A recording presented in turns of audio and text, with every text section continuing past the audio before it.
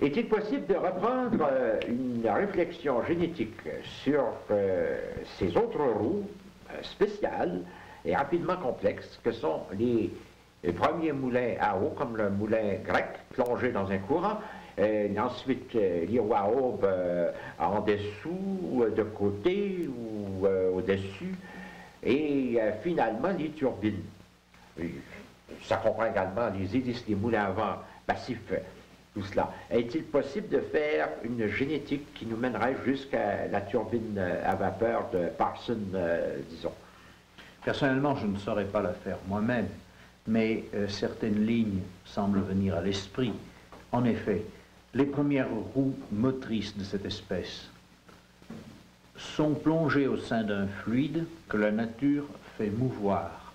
Les toutes dernières sont en milieu technique et l'on produit volontairement le fluide que l'on amène à la roue motrice et qu'on injecte sur cette roue motrice sous l'angle le plus favorable, avec la vitesse la meilleure, et quelquefois après passage à travers un système convertissant la pression en vitesse, ainsi de suite.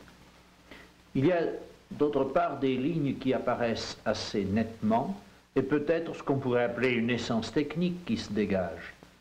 En effet, la roue utilisée en ce sens-là est la réciproque de la roue du véhicule. Ici, la roue reste fixe, et c'est le milieu qui se déplace par rapport à elle. Il faut donc, ou bien qu'une partie de la roue ne soit pas soumise à ce fluide, dans ce cas, elle est escamotée au moyen d'un cache ou d'un écran, ou bien alors que la roue soit taillée de manière telle que le fluide dérape sur elle et réagisse, cause une force faisant tourner. C'est le cas de la roue de moulin dont les pales sont de biais par rapport à la direction du vent. C'est le cas de l'hélice également. On doit aussi noter, me semble-t-il, que dans l'histoire de ces roues motrices, c'est-à-dire réceptrices, il y a encore un autre type de réciproque, c'est que presque toutes ont pu être utilisées pour mouvoir des fluides comme pompe, comme organe actif d'une pompe, ou encore de nouveau presque comme des roues de véhicules pour permettre à un navire, c'est la roue à aube, d'avancer sur le fluide qu'il porte, d'avancer sur l'eau. La turbine et l'hélice sont absolument réversibles. Il me semble avoir vu sur l'usine d'un ancien constructeur parisien une très grande hélice d'avion utilisée comme ventilateur de l'usine. C'était majestueux à voir. Elle avait en somme achevé sa période active et noble d'hélice motrice pour devenir ici simplement un ventilateur. Mais c'est un cas de réciprocité, de renversement. Et cette notion de réversibilité devient extrêmement importante. Elle-même est l'objet de toute une réflexion génétique, je suppose. Mais c'est aussi réversible que la machine de Gramme, qui peut être effectivement renversée de moteur à émetteur d'énergie, générateur, génératrice par conséquent, à condition que l'on tienne compte de la position de l'impact des charbons par rapport au collecteur. Ici s'impose à moi le rapprochement avec la botanique, la zoologie et les sciences de la vie en général, quant à la légitimité des filiations que nous pouvons établir. A posteriori, il est facile de passer du moulin grec à la turbine ou au rouet plongé dans l'eau, mais est-ce que d'un point de vue de l'analyse du développement rationnel de ces inventions, on peut réellement parler de génétique d'une genèse sans véritable saut, ou s'agit-il de sauts que nous unissons en continu? Je n'en sais rien. Le seul élément qui me paraisse de manière à peu près nette pouvoir s'imposer, c'est celui de la réversibilité. Entre le rouet dont vous avez parlé et la baratte à beurre, il n'y a pas une différence extrêmement grande. On peut agiter l'eau avec des palettes, on peut aussi, avec de l'eau qui court, faire tourner des palettes. Mais je ne suis pas sûr qu'il y ait des lignées unilinéaires, un phylum, comme diraient les biologistes, dans l'évolution des techniques. Et cela me paraît plutôt être de l'ordre d'une rationalité qui peut s'imposer en même temps à plusieurs peuples et dans plusieurs ethnies. Tout à l'heure, nous avions parlé des manches.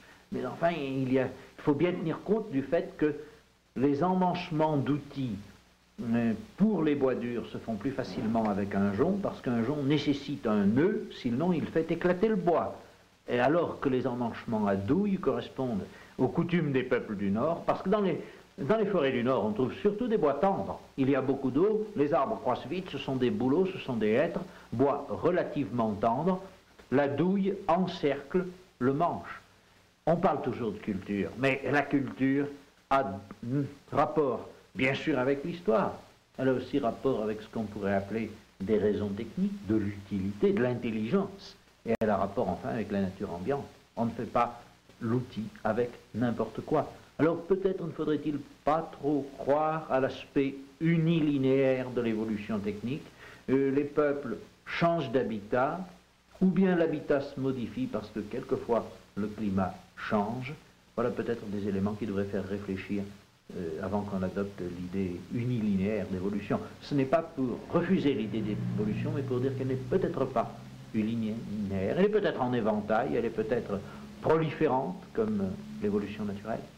Je serais très heureux, Monsieur Simondon, que vous daigniez redévelopper devant nous trois concepts fondamentaux qui nous ouvrent littéralement la machine, à savoir le concept de concrétude avec sa contradictoire d'abstraction et les concepts de synergie et d'homéostasie.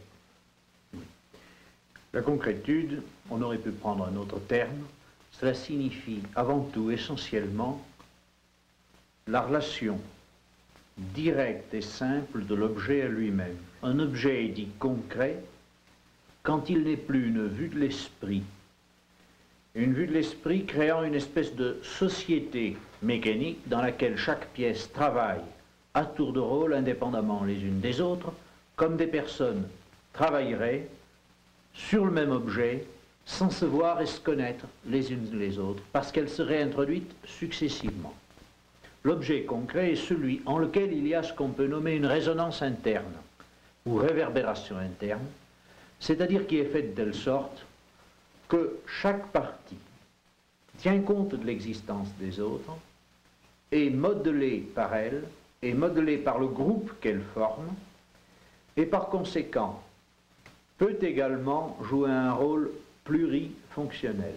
Non seulement elle est informée par les autres pièces, mais encore elle joue un rôle pour elle, elle est en rapport avec elle.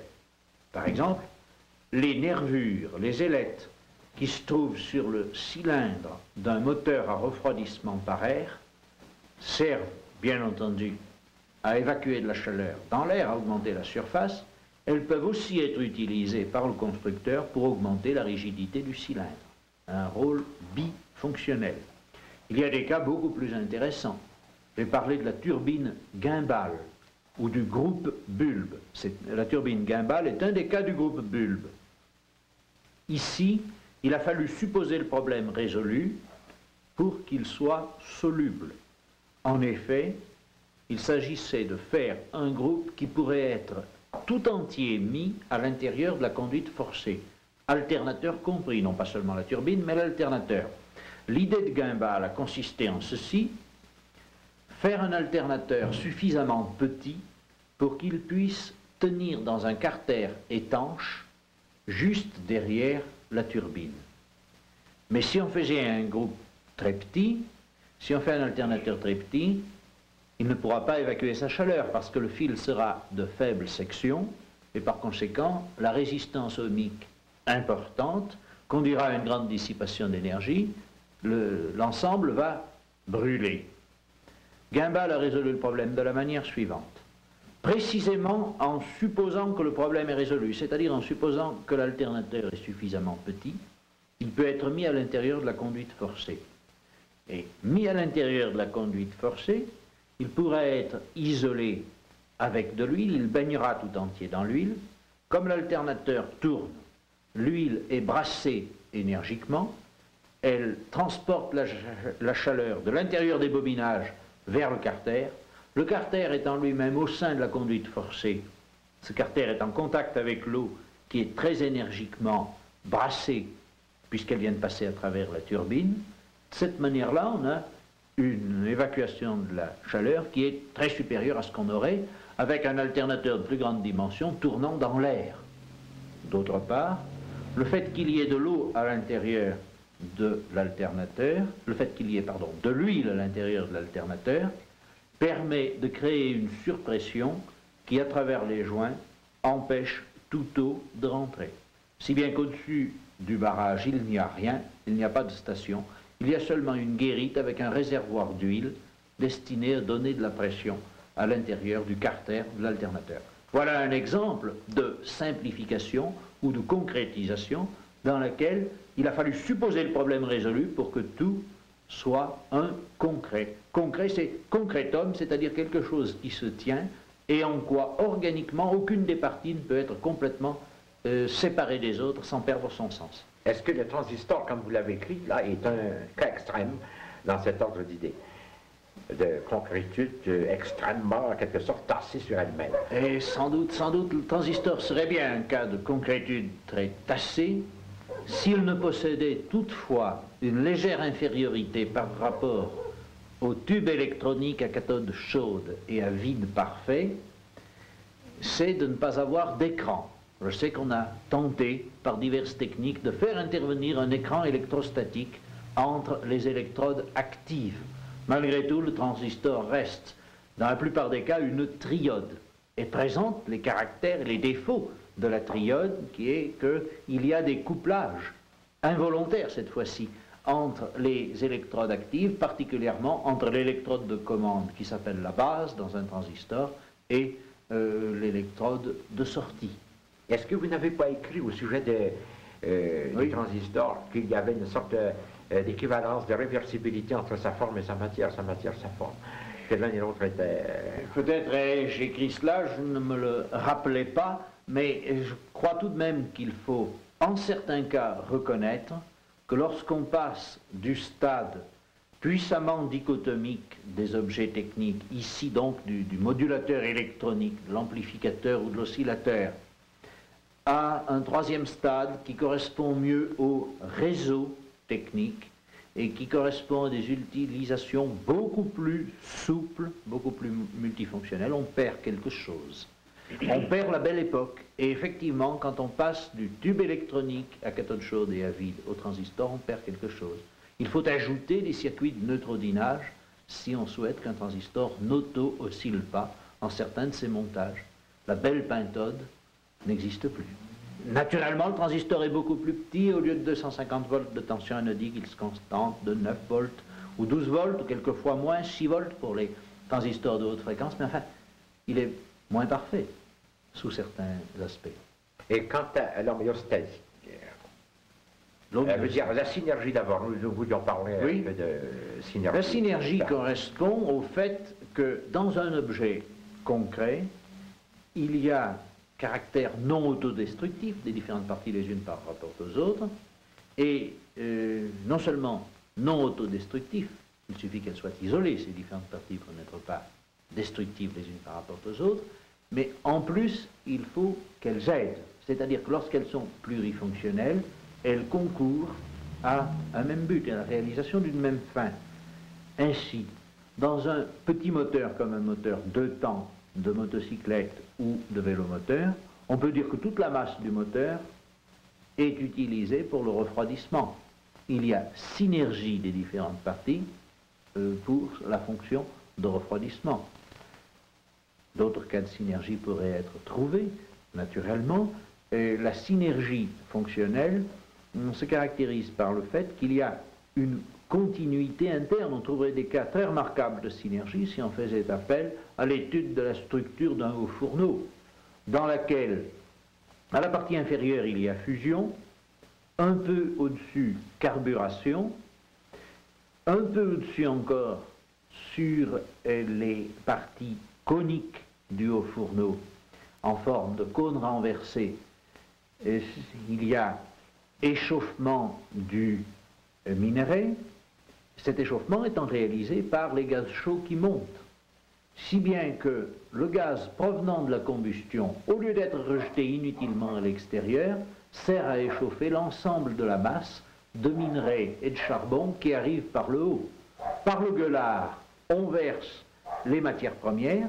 Ces matières premières, en descendant peu à peu, bénéficient des produits de la combustion qui se fait vers le bas. La partie qui travaille, c'est vers le bas, mais tout le reste est en état de préparation. On trouverait beaucoup d'autres exemples. La préparation de l'acide chlorhydrique utilise des échangeurs de température.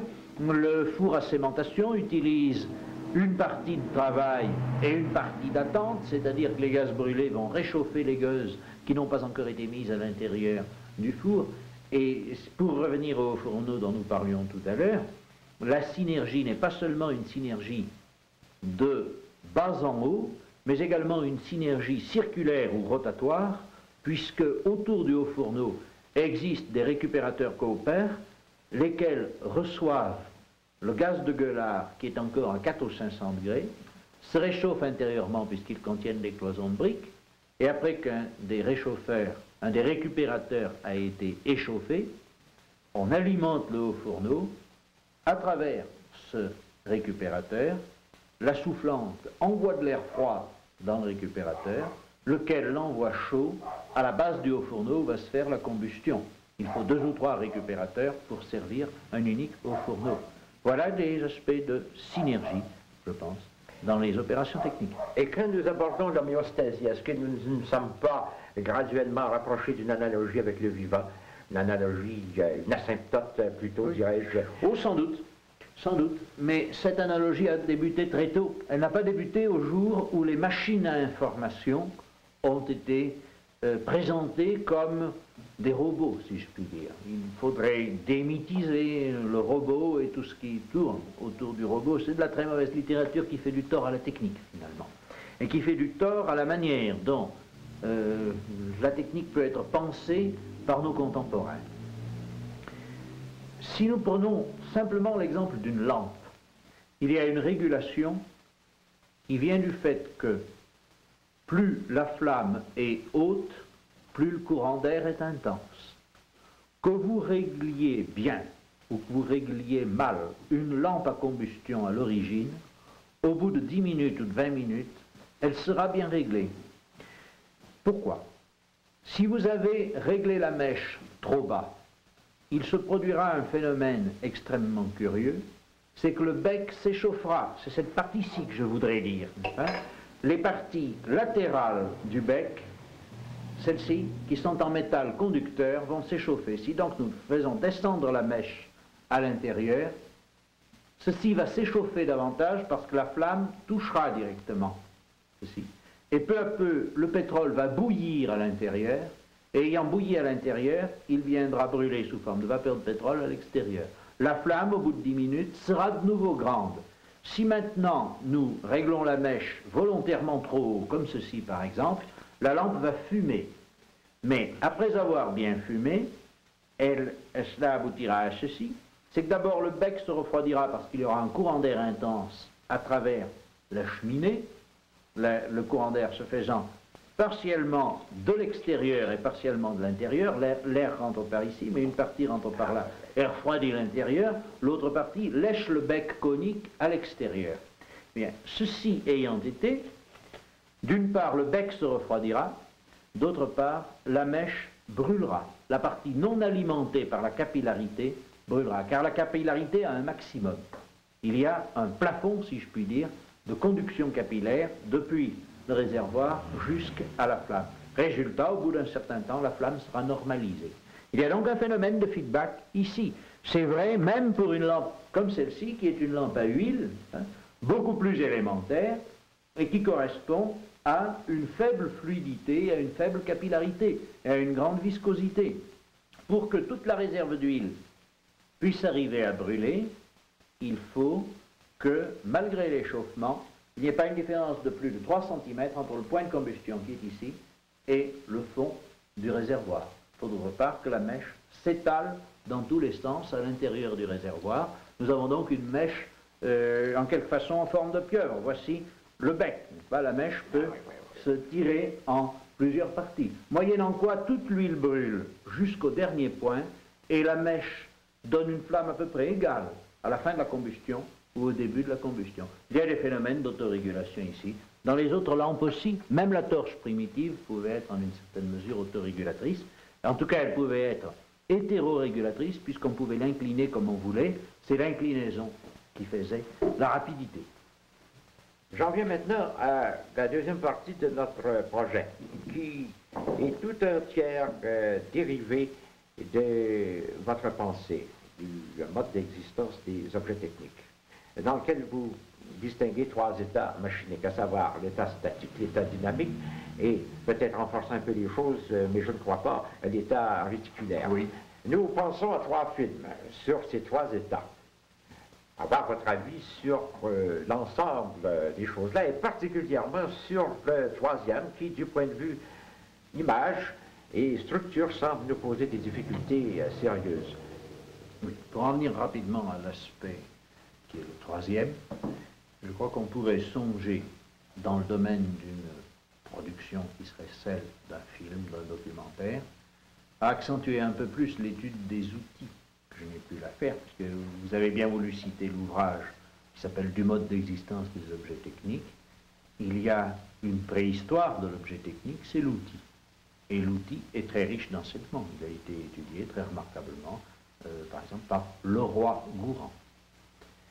Quant au réseau, je comprends bien que cette notion puisse, en une certaine mesure, poser des problèmes. Elle offre aussi un éventail extrêmement large de perception, et même de perception magnifiée dans le domaine des techniques. Elle l'offre non pas seulement parce qu'il s'agit de très grandes choses dans tous les sens du terme et qui se trouvent à l'extérieur, mais parce qu'il y a là une médiation entre l'homme au sens collectif du terme, l'homme en société, d'une part, et la nature d'autre part. Il n'y aurait pas de réseau s'il n'y avait pas une certaine structure naturelle, d'une part, un certain besoin humain d'autre part, ensuite l'invention d'une relation harmonieuse entre cette nature et ce besoin humain. Le réseau, c'est la rencontre de la possibilité technique et de l'existence naturelle. Exemple, les routes et leurs courbes de niveau. Je crois qu'on pourrait songer aux anciens réseaux, à ceux des pistes, à ceux des routes, au remaniement successif des routes qui ont été d'abord des routes suivant les percées naturelles, couloirs rhodaniens, vallées, les cols dans les montagnes, puis après des routes qui stratégiquement ont tenté d'être aussi droites que possible, enfin au XIXe siècle, des routes suivant les courbes de niveau, et de nos jours maintenant, des routes beaucoup plus droites parce que le virage est devenu chose dangereuse pour une automobile qui est bien assez puissante pour franchir une rampe, mais qui n'a pas jusqu'à maintenant la possibilité de prendre rapidement un virage, sans déraper. Un réseau routier, réseau de type transmission de l'information, téléphone, radiotélégraphie, ensemble des réseaux permettant de suivre les satellites et de les diriger, car là aussi il y a des réseaux. Enfin, réseau de transport, sans oublier des transports extrêmement statiques, mais qui sont très importants, pipelines, oléoducs, et puis peut-être certaines autres caractéristiques de réseau qui n'existent pas jusqu'à maintenant, mais qu'on pourrait presque imaginer, à la fois pour l'information et pour d'autres choses, qui seraient des réseaux de réseaux, c'est-à-dire qui seraient des nœuds entre les réseaux. Des réseaux pédagogiques, par exemple. Ah, bien sûr, des réseaux pédagogiques, mais aussi des réseaux humains. Et j'ai toujours rêvé que l'on pourrait un jour mettre des aérodromes aux lieux les plus élevés, utiliser les montagnes pour des aérodromes, en utilisant la technique, par exemple, de Jaeger, qui est une technique permettant d'atterrir à contre-pente et de décoller en utilisant le sens de la pente, ce qui est extrêmement économique et très beau pour la réalisation. Et l'énergie principale qu'emploie un avion, c'est l'énergie qu'il emploie à monter à quelques milliers de mètres, après quoi c'est perdu et il faut redescendre pour rencontrer le sol. C'est un temps perdu et une énergie perdue. Si l'on décollait d'un lieu élevé, si on atterrissait en un lieu élevé, en restant après à peu près à la même altitude, on aurait réalisé quelque chose d'extrêmement rationnel pour l'aviation. D'autre part, les lieux les plus élevés sont aussi ceux à partir desquels la transmission de l'information, surtout en hyperfréquence, est la plus facile à réaliser, puisqu'il y a propagation directive et que les obstacles sont très gênants. La plus riche transmission d'information est celle qui peut se faire lorsqu'il y a une propagation à vue. Par conséquent, jusqu'à maintenant, et sauf peut-être pour le télégraphe Chappe, ou plus anciennement pour les transmissions par feu des anciens, les montagnes ont été pensées comme lieu désolé, à la rigueur de nos jours comme lieu de loisir, mais jamais comme un lieu suprêmement efficace et en tout cas technique. Il y a à redécouvrir la montagne. Technique si, puisque l'énergie électrique en contrebas des montagnes utilise l'eau. Mais si l'on met à part cela, les montagnes ne sont pas des lieux techniques. Il y aurait à redécouvrir les capacités techniques des montagnes. D'une part, un soleil plus intense et plus pur et plus constant qui permet, par exemple, d'utiliser l'énergie solaire, comme à Saint-Gaudens dans les Pyrénées ou en d'autres lieux, Mont-Louis dans les Pyrénées en France, quelques essais.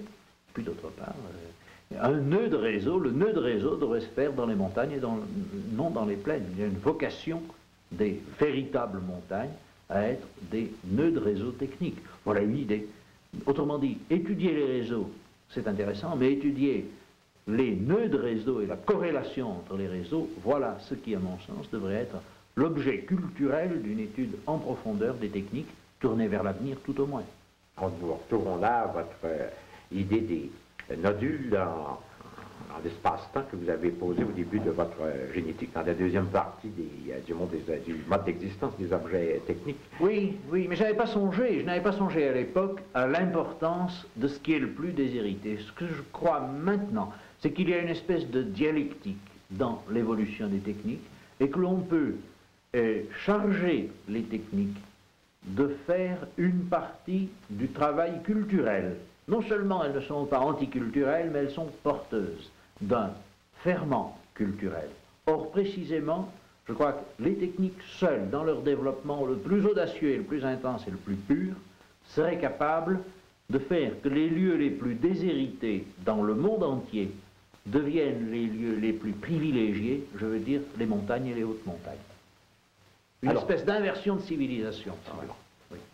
Alors, pour ce qui est du film, vous voyez, peut-être, si je vous entends bien, une allée est venue du dehors au dedans, selon les nœuds du réseau, selon ses échappées, ses conduites, et une superposition de différents moments du réseau. Surtout du passé vers l'avenir.